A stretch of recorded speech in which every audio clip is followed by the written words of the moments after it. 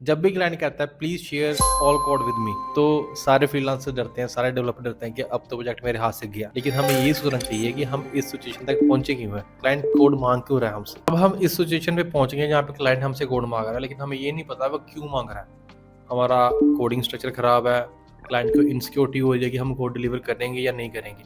सो इस सिचुएशन पे क्या होता है कि मोस्टली डेवलपर या फ्रीलांसर ऐसे रिएक्ट करते हैं कि पहले सारी पेमेंट करो, या फिर मैं प्रोजेक्ट के एंड में ही कोड डिलीवर करूँगा, उससे पहले मैं नहीं करूँगा। इससे क्लाइंट के मन में और इनसिक्योरिटी आती है और वो फोकस करता है कि मुझे अभी कोड चाहिए या फिर मैं आपके साथ आगे काम नहीं करूँगा। पहली बात तो ये चीज़ आनी ही नहीं चाहिए। जैसे ही आपका क्लाइंट के साथ कॉन्ट्रैक्ट शुरू हुआ है, उसका फर्स्ट माइलस्टोन कंप्लीट हुआ, तब भी आप उतने पार्ट का कोड क्लाइंट को डिलीवर करो।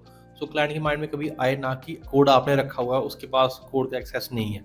सो अगर पहले माइलस्टोन से ही क्लाइंट के पास सारा एक्सेस होगा, तो उसके माइंड में कभी इनसिक्योरिटी नहीं आएगी, उसको आप पे ट्रस्ट रहेगा।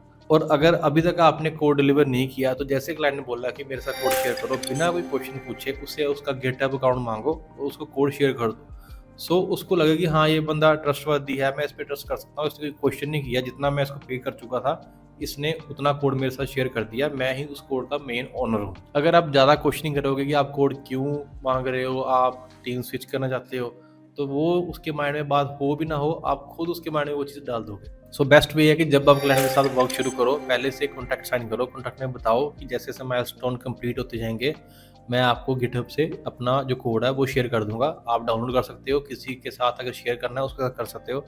जो भी बात है आप सारी कॉन्ट्रैक्ट में लिखो। सो क्लाइंट के साथ आपकी सारी चीज़ें ट्रांसपेरेंट होनी चाहिए।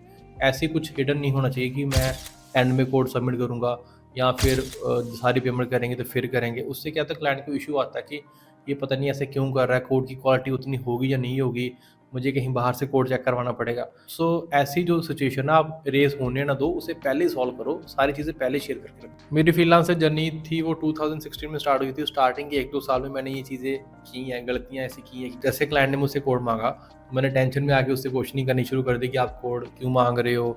मेरे वर्क में कोई इश्यू आ रहा है या फिर आपने कोई टीम स्विच करनी है, मेरे साथ काम नहीं करना चाहते।